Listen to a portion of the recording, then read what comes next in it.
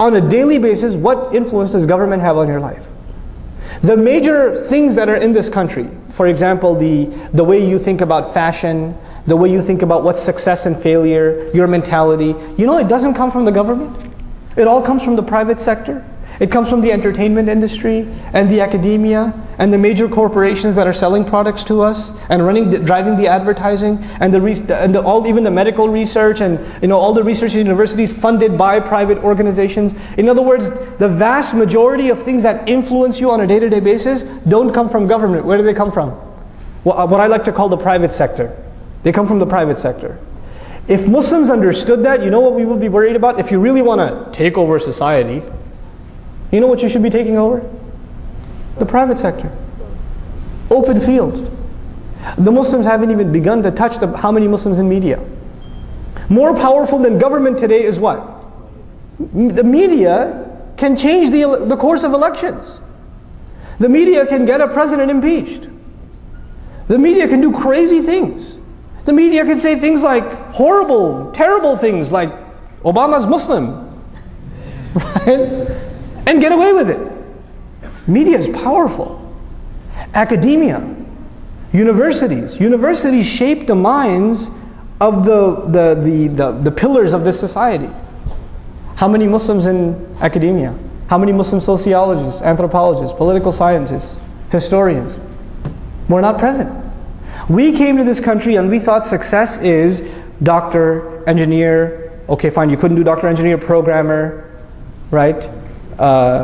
IT, right? Or okay, if none of those worked out, gas station, right? So this was success for us. If we make good money, if we can buy a nice house, if we can live in a nice neighborhood, we've got success. This is success for an individual, maybe.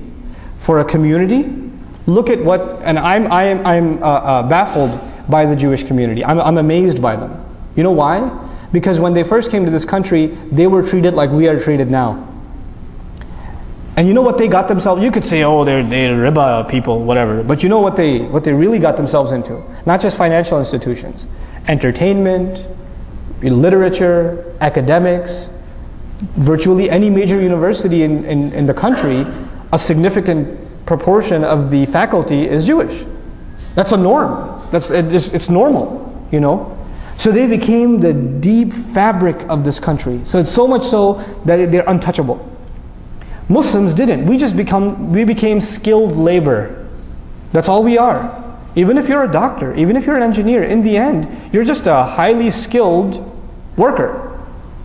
You're not someone who influences minds or causes ripples in society. You're not. You know, you're just a better consumer. So you buy a more expensive car. So I guess you're adding to the economy a little bit, but you're not a mover and shaker. You're not an influencer of minds. You understand? So Muslims, we have to understand, to penetrate this society, we need to enter the private sector. To enter the private sector, we need to be in major positions in universities all over this country.